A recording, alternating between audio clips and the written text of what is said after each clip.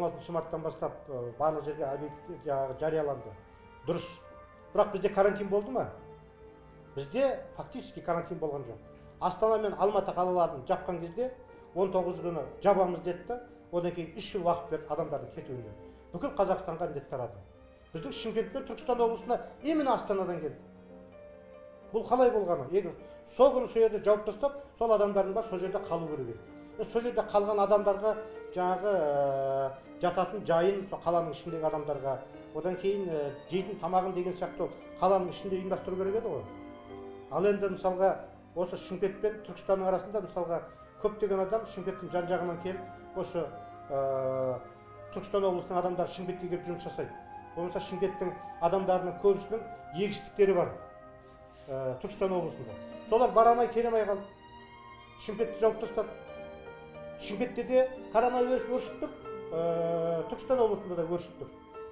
Қандай оймен бұны жапқаны түсініксіз. Енді осы екі әкім, облыс пен қаланың әкімі бірігіп, мысалға мынау Высокий жақтан, одан кейін Қызылорданың трассасынан екі жерден жауып, жаңағы провизорлық орталықтарды жасап, одан басқана Созақ жақтан, Балтыкөлдің жақтан келетін жерлерде тар шауып тастаса, оп-оңай осы кеше ғана ажыраған екі регионда, бірақ бір халық қой бұл жерде тұратын. Соларды түгел аман сақтап қалуға болатын.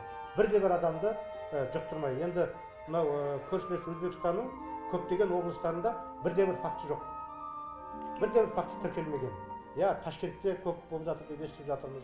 Мысалға Самарқандағы жолдастармен сөйлестім. Самарқан жаңағы облысының үш ауданында ғана жаңағы үш ауданын бекітіп тастаған. Самарқан қаласында бірде-бір факті жоқ. Қалған 10 шақты ауданында бірде-бір факті жоқ. Барлығы аман, халықтың барлығы аман. Сондай қылып ұйымдастыруға болады ғой соны. Соны дұрыс ұйымдастыра алмады. Одан кейін карантинді кезінде құрылыстың барлығын жұмыс жасатып қойды.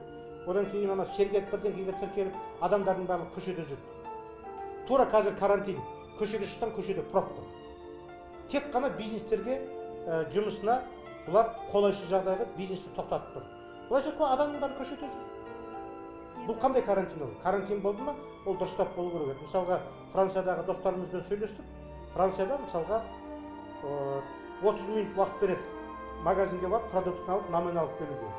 Мысалға бірінші квартиранікі сағат 9-да 30-да баратын болса, екінші квартиранікі ол түстен кейін барады. 16 мен 16:30-да барады. Басқа уақытта үйден шығуға оның правасы жоқ. Карантин объявить етілгеннен кейін олар жаңағы өздерінің жаңағы әр пәтерге сағат қаншада шығатыны туралы қағаздарын шығарып қойған. Әр үйден бір-ақ адам шыға алады.